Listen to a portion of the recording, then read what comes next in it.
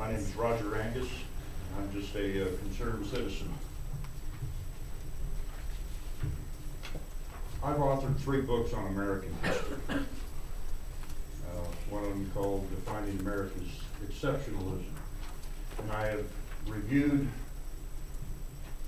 this current curriculum that is out there concerning our American history, and I find it absolutely appalling. Noah Webster said every child in America should be acquainted with his own country. He should read books that furnish him with ideas that will be useful to him in life and in practice, and as soon as he opens his lips, he should rehearse the history of his own country. That history is not in this new curriculum. George Washington has been reduced to a sentence. The study of the Declaration of Independence is one phrase in one sentence. This is deplorable. It ignores the sacrifice of the signers who made their pledge to live to give their lives, their fortunes, and their sacred honor for the sake of freedom. This absolutely destroys any thought of patriotism, and it needs to be stopped.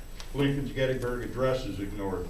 Dr. Martin Luther King's speech, great speech of I Have a Dream, is ignored. Dr. Martin Luther King is ignored. Theodore Roosevelt, the Cold War, Ben Franklin, James Madison, Thomas Jefferson barely has a mention. And it doesn't get any better.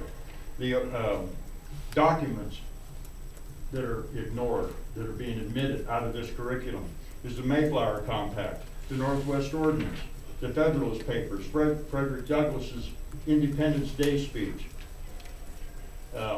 Woodrow Wilson's Peace Without Victory, JFK's inaugural speech, and a quote from Walter Williams says, in a 1990 survey, there's been no improvement since. Almost half of the college seniors could not locate the Civil War within the correct half century.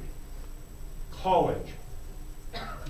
More recently, 60% of American adults couldn't name the president who ordered the dropping of the first atomic bomb. Over 20% didn't even know where or if it had even been dropped. This is our public education system. The same people didn't know who America's enemies were during World War II.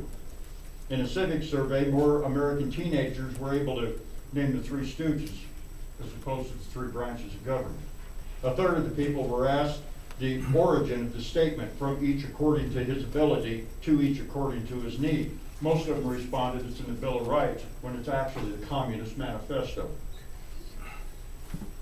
I'd say that the education system has been successful beyond its wildest dreams, reducing Americans' ability to think, and therefore causing them to have little knowledge of or love of the Founding Fathers.